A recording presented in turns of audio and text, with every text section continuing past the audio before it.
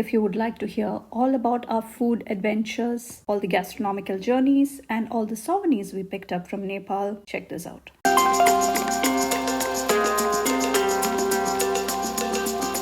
Hello everybody, this is Priya here. Welcome back to my channel if you're returning. And if this is the first time, thank you so much for checking out my channel and exploring the culinary side and the touristy side of Nepal with me. So this is part 2 in this travel vlog series, and you can watch it in no particular order. I will have the other video linked, so please feel free to check the first one to see all the fun things we explored and saw while we were there. And here, let's get started with all the yummy food we tried. So if you're not familiar with Nepali cuisine, it's mostly Indian cuisine with a slight influence of Tibetan, Bhutanese, and Chinese cuisines. So the national food, I think, I'm not sure if it's official, but unofficially, definitely it's the momos. It's the same as dumplings. That's another name for the dumplings. So that's what the Nepalis call them, and they call it momos. Isn't that such a cute name? And we did get to try multiple kinds of momos, including the veg. And for the non-veg side, I think they were chicken and the buffalo ones. So they don't believe in slaughtering cows, so they chase the buffaloes. That's why you see the buffalo momos or the dumplings. We had food in a few different places, so I'll take you along every single restaurant. So we had some of the worst and some of the best foods we have had till date. The Nepalia rooftop restaurant was one of the worst food I've had so far. We went with the feedback or the reviews on TripAdvisor, but I have no idea how they managed to get a 4-star or 5-star. The food was horrible, and I had ordered paneer chili, which is quite hard to mess up, and it tasted like fish, and as a vegetarian that's quite worrying. And that was a reading from the whole family, the worst food we have had for a while now. And for me, it was one of the worst experiences I've had in my life. So now that we have talked about the best and the worst food we had in Nepal, let's get to the other restaurants and other foods we checked out. So the Roadhouse Cafe was another place we liked, and we checked out 2 locations, one in Pokhara and one in Kathmandu. And this was recommended by our driver in Pokhara. So he took us there for lunch the first day we were there, and then we liked it. It's a nice, friendly international cuisine. You have Italian style thin pizzas. It's like a cafe, but it is more an international cuisine. The pizzas and pastas, and if you want to try something you're more used to, you have those, and not just in local cuisine. They have local beer, which my husband is always keen to try whenever we go to a new place. Himalayan Java Coffee is another place, and it looks like a Nepali institution. There are multiple locations, and this was one in one of the malls, and they had the entire floor almost to themselves. Just a couple of shops, but the rest was all the cafe. And it's similar to Starbucks. They have sandwiches as well, but it's mostly the coffee and the other drinks. Another must try is a Jojo Dhao. It's a sweetened yogurt, and it's allowed to set in any vessel to make it look pretty, as with any kind of yogurt. So here they have it in a clay bowl, and it retains a coldness for longer.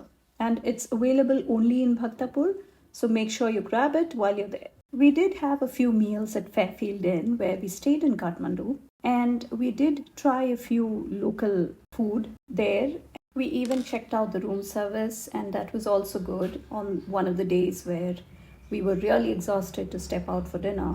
They treated us really well. They really got us pampered when they sent us a complimentary see you soon cake. It was a brownie, in fact, when we were just finishing up with our breakfast on the last day. And they even gave us scarves and magnets, souvenirs to take back home. And we truly felt pampered, I must say. So the yak cheese is something I found this very interesting, because this is very local to the place, and I found it very interesting. I did not buy it because I was very hesitant, to be very honest. I did not know. We got to try it in one of the breakfast buffets at the hotel, the Himalayan Front Hotel where we stayed in Pokhara. And it is very similar in taste to strong cheddar. So first I thought it was cheddar, but then they told us that it was a yak cheese, and that was the stronger version of it. So first I have this fridge magnet which shows the entire Annapurna range, which we had the luck of seeing a glimpse of. It was a cloudy day, but we saw a lot of the tips. So this is a view from the lake. It's a very famous picture point, I guess, because I've seen a lot of pictures now that I notice it. And this is the Buddha eye. So wherever you look from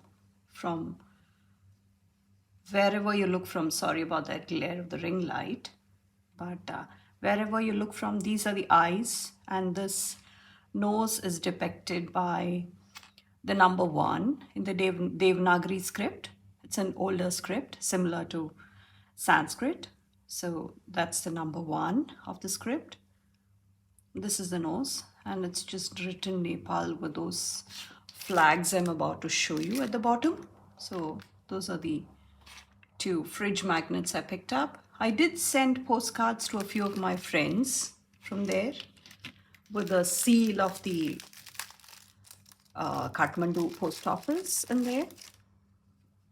So this is traditionally their prayer flag. So you must have seen this. I'm just zooming in really close so that you can see the details closer.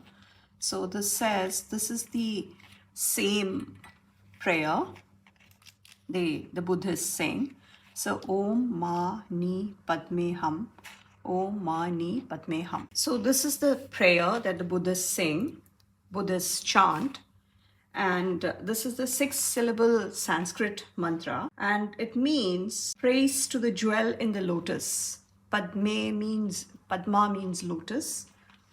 So since I know Sanskrit, I wanted to get it because it truly signifies something. You're praying to the God who sits on the lotus. For them, Lord Buddha sits on the lotus. And for us also, lotus is of religious significance to us as Hindus. There is a lot of connection between Hinduism and Buddhism as I discovered it.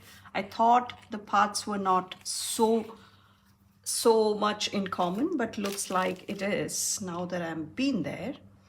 And so this is again that prayer that you must have seen if you've been to any of the Buddhist monasteries or anything related to Buddhism. You might have seen this. This is their prayer. This is exactly what is written there. You just rotate it and it goes around. As many times as it goes around, you get the result of having chanted that many times on your own. So that is the religious significance. I wanted to get that. So this is something I picked, and this is brass.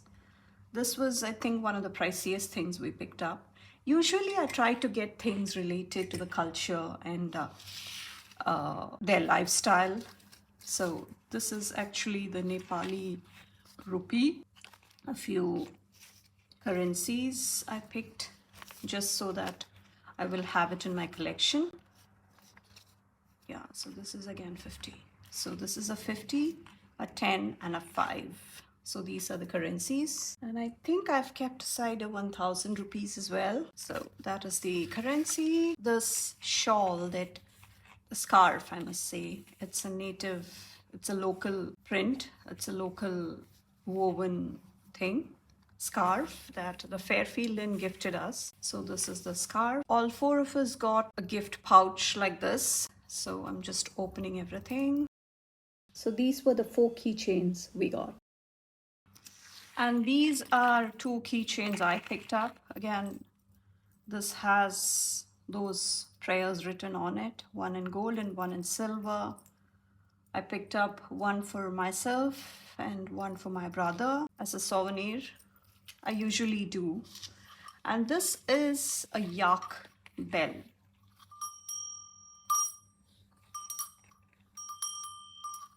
So you may have seen the cowbells from Switzerland. So this is similar to that, and these are for the yucks. Next, I will show you some apparel I picked up. So you have to have some fun, right? So this is the t-shirt I picked for my kids. It's a nice, lovely souvenir, right? And I picked something very neutral so that all the embroidery can be visible. So this is all embroidery. And this is in fact 100% cotton and made in Nepal.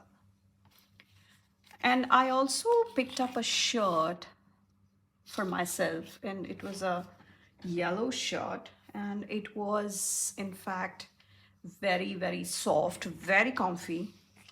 And this is an overall I picked up for myself. So this is how it will look, and this is the top portion, and it's nice stone wash, pre-washed cotton, so perfect for the hot months.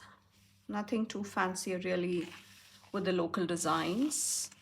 So I picked that up. And next I have, can you guess, this is actually a shawl I picked up for my mom and my husband's mom.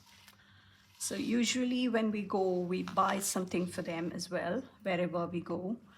So, and can you guess what this is made of? I can give you a clue. It is something local and something you would think of when you think of the Himalayas. Let me know in the comments if you could guess it before I explained what it was. Let me show you what it is and reveal what it is. Drum roll, please. This is, these are shawls made of yak wool. So it is really, really soft, extremely soft. This is double-sided, and I got it at a very good deal. I picked up 2 colors, and these are both reversible and perfect for a chill in the air or something that would keep you nice and cozy. Extremely soft. I cannot even explain. Buttery smooth, extremely soft, and keeps you very warm. One of the days I think we had a slightly colder wind at night, so I grabbed this one and I just tested it out, and it kept me quite warm. I was literally sweating in a while. So it's really meant for the cold months and nights. So this is the yarn. And now I will show you a couple of posters I picked up.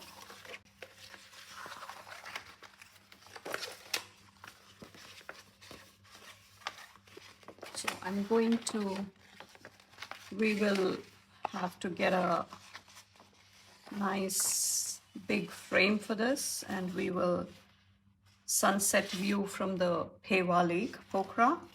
So that was the image on that magnet as well. So this is